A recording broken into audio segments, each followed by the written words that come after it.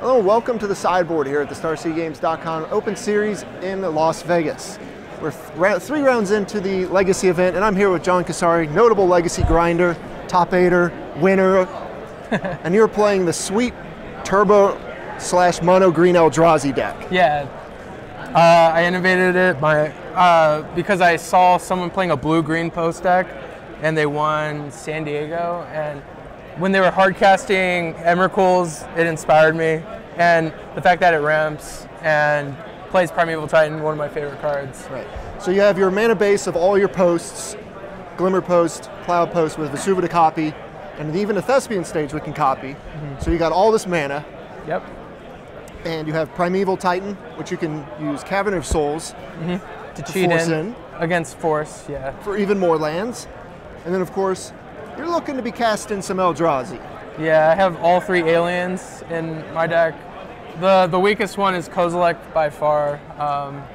But yeah, against Miracles, if you want to beat Miracles, and Joe Lissette will be pretty upset that I'm trying to promote this deck, but he never wants to play against me. Yeah, anyone that has watched his stream, he has mentioned that several this times, deck demolishes the Miracles. Yeah. So, is that another reason why you're kind of playing this deck again? You played it back in LA, the top 8, but with the rise in Miracles, is that one of the reasons why you're still on this? Or? I just really enjoy the deck. I feel like it has overall good matchups against all the decks. I guess there are some bad matchups like Game 1 against Charbelcher and Storm. Right. If they just combo out on you. I mean, you still have a chance because you have crop rotation into Bajuka Bog against Storm decks. But overall, it's a tough matchup, Game 1. But Game 2 and 3, you get Leyline and Thorn of Amethyst, a bunch of cool cards. So the main deck, you have a bunch of stuff to power out these huge creatures, and you have a way to find it with Sensei's Divining Top. And of course, with all the lands being the factor in this deck, you have to have Pithing Needle main to shut down Wasteland, probably like the worst card against you. Yeah, that's by far the worst card against this deck. Everyone's playing Wasteland, so you need at least 3 needles. But the cool thing about this deck also is you can play around Wasteland by just like keeping 1 green open to crop rotate. So you just have to know how to pilot it through certain there's matchups. A ton of little interactions going on here. Now, of course, you also have Green Sun Zenith. Right. What is the most you're usually casting that for? And Dryad Arbor by far. Turn 1, Dryad Arbor.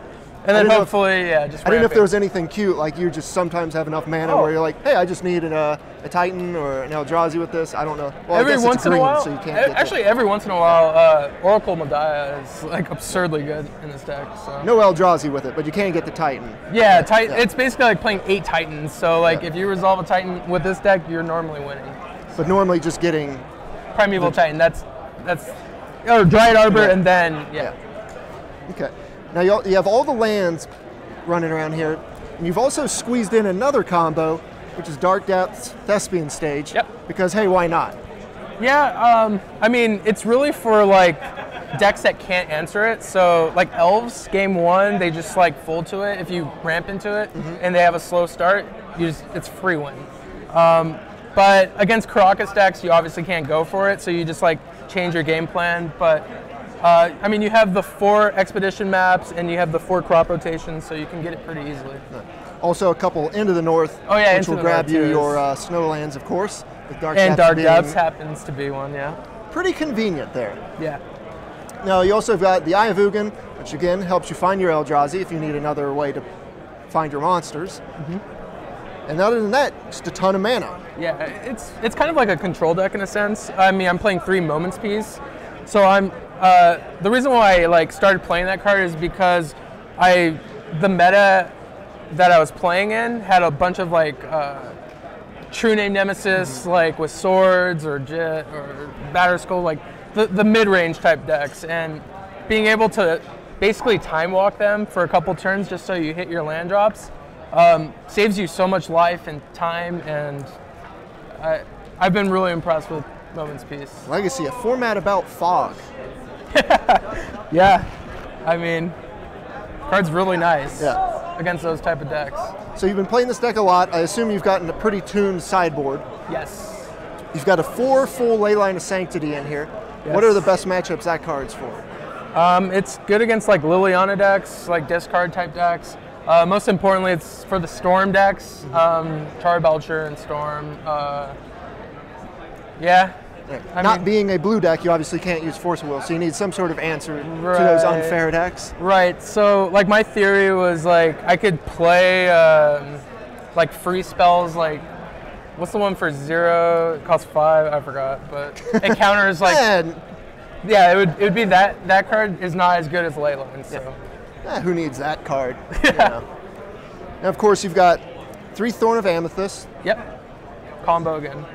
You got a bunch of things that seem to fight combo. Gadokti's good against some combo, also good against like elves and things like that.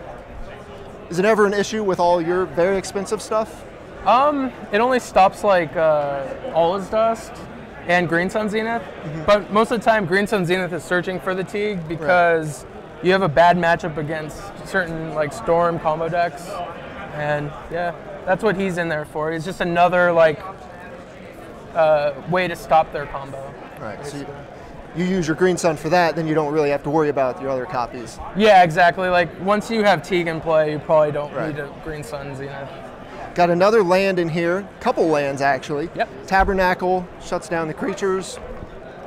Glacial Chasm. I like this one in the sideboard. Yeah, it's for mono red. Mono red's. I mean, there's a card called Price of Progress, and that card's really good against this deck. So you have to like hold up a green to crop rotate into it just so you live. Now you got 1 Rest in Peace, another Oblivion Stone, which you have 1 in the main. Yep. Just sometimes you need to blow everything up. Yeah, against Painter Servants, mostly in there for. I don't like auto lose to that deck, but it's really nice to have another Wrath effect against them. Okay. So going forward, why would you want people to play this deck, and how would you convince them this is the type of deck you should be playing in Legacy? I mean, if you enjoy ramping, hardcasting, Emrakul, and you have a lot of components like to what the lands deck does in terms of like playing the Dark Depths combo. I think you would enjoy this deck. It's more fun. I would say it's more fun than good, but I have so much fun playing it's good.